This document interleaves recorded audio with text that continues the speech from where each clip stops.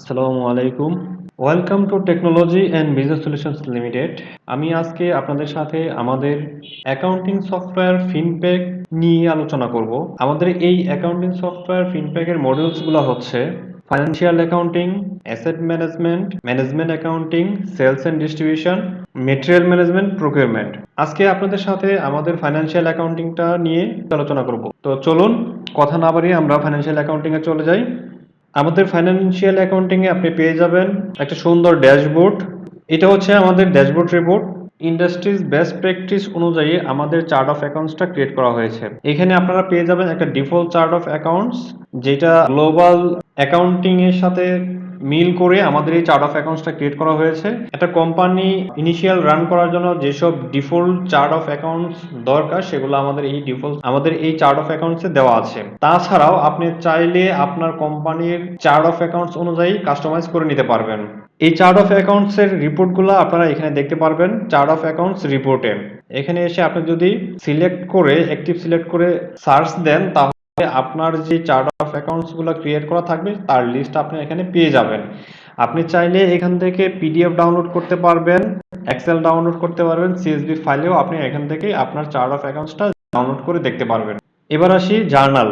আমাদের এই financial accounting এ আমরা যে ফাইন্যান্সিয়াল হিসাবগুলো রাখবো তার সবকিছুই জার্নাল এন্ট্রির মাধ্যমে হিসাব রাখবো আমরা। তো চলুন আমরা দেখি জার্নালগুলো কিভাবে এন্ট্রি করি আমরা।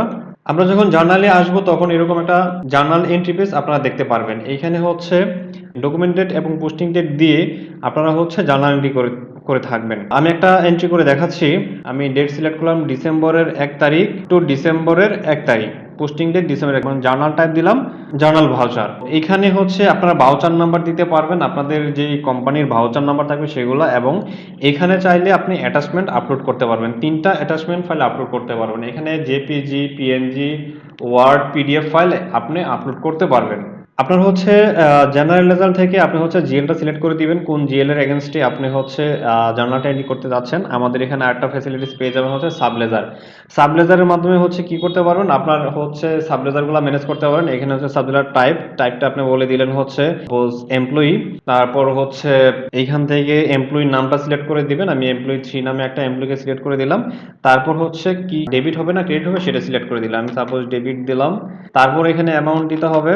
দেওয়ার পর হচ্ছে এখানে একটা প্লাস আইকন দেখতে পারবেন, এখানে ক্লিক করলে দেন হচ্ছে আপনার সেকেন্ড জার্নালটা এখানে দিতে পারবেন।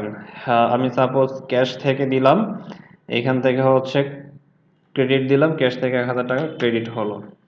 তো অ্যাড করলাম, অ্যাড করার পরে আপনার জার্নালটা চেক করে দেখবেন ঠিক আছে কিনা। ঠিক থাকলে হচ্ছে এখান থেকে পার্ক করতে হবে।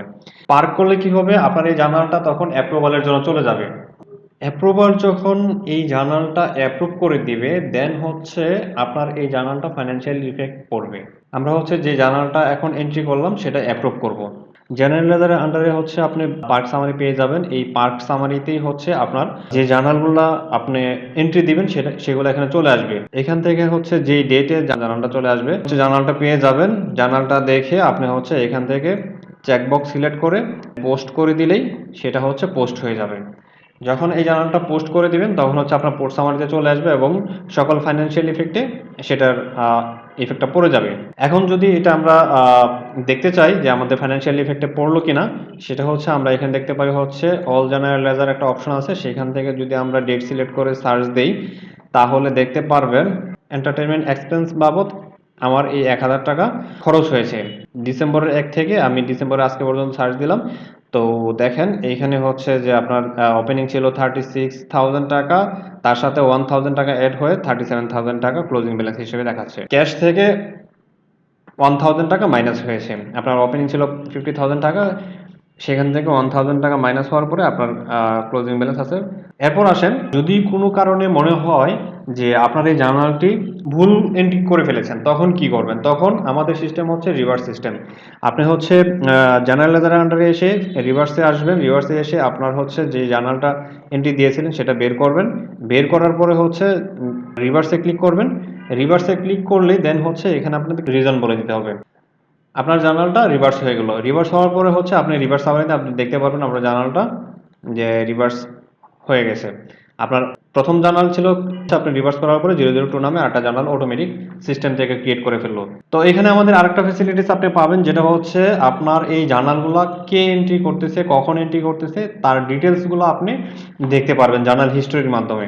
আমি যদি এখানে একটা দিয়ে সার্চ দেই তাহলে দেখতে পারবেন আমি হচ্ছে এই জার্নালটা এন্ট্রি দিয়েছিলাম ফাইন্যান্সিয়াল রিপোর্ট। ফাইন্যান্সিয়াল রিপোর্টে আপনি কি কি পেয়ে যাবেন? ফাইন্যান্সিয়াল রিপোর্টে পেয়ে যাবেন হচ্ছে trial balance, income statement, balance sheet, cash flow report, subledger report, cost centre, receive and payment report. আমাদের এই রিপোর্টগুলা আরও বিভিন্ন ডিজাইনে এবং বিভিন্ন ফরম্যাটে আমরা করেছি, সেগুলো আপনি দেখতে পাবেন অডিট রিপোর্টে।